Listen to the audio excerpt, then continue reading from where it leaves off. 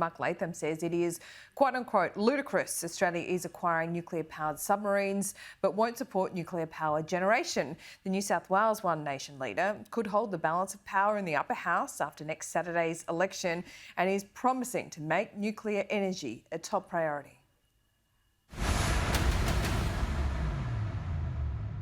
The Premier and Labor leader both say no to nuclear.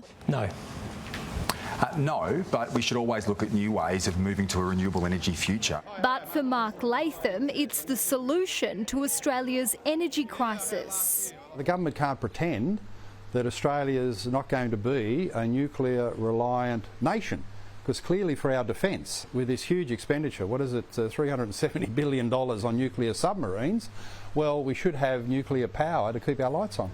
The One Nation state leader is seizing on the recent AUKUS agreement for nuclear-powered subs, vowing to reintroduce a bill to New South Wales Parliament to lift a ban on nuclear power generation. I'll put it in on the first day of re-election for the new Parliament, because nothing's more important to New South Wales than having reliable baseload power. He's calling for modular reactors to be plugged into existing infrastructure at coal-fired power stations once they've closed down, including at Liddell and Eraring. We know they're safe because the Albanese government is going to sit the exact same technology inside 8 nuclear submarines in Port Kembla.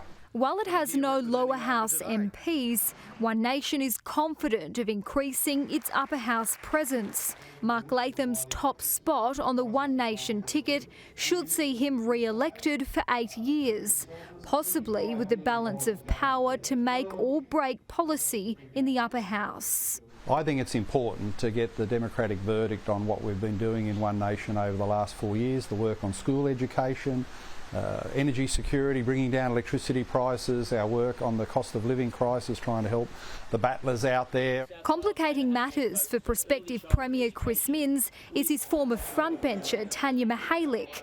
She was sensationally dumped by the Labor leader last year amid a war of words, and after defecting, she will run in One Nation's second spot. I think Chris Minns is a person who doesn't have very little values.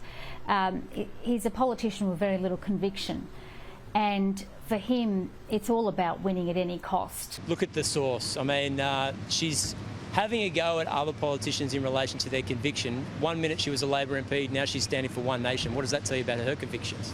One Nation is also running candidates in 17 lower house seats, almost double what it ran in 2019, with a particular focus on Western Sydney and the Hunter.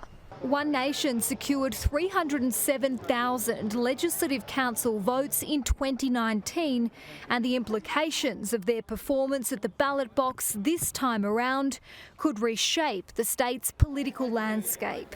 Julia Bradley, Sky News, Sydney.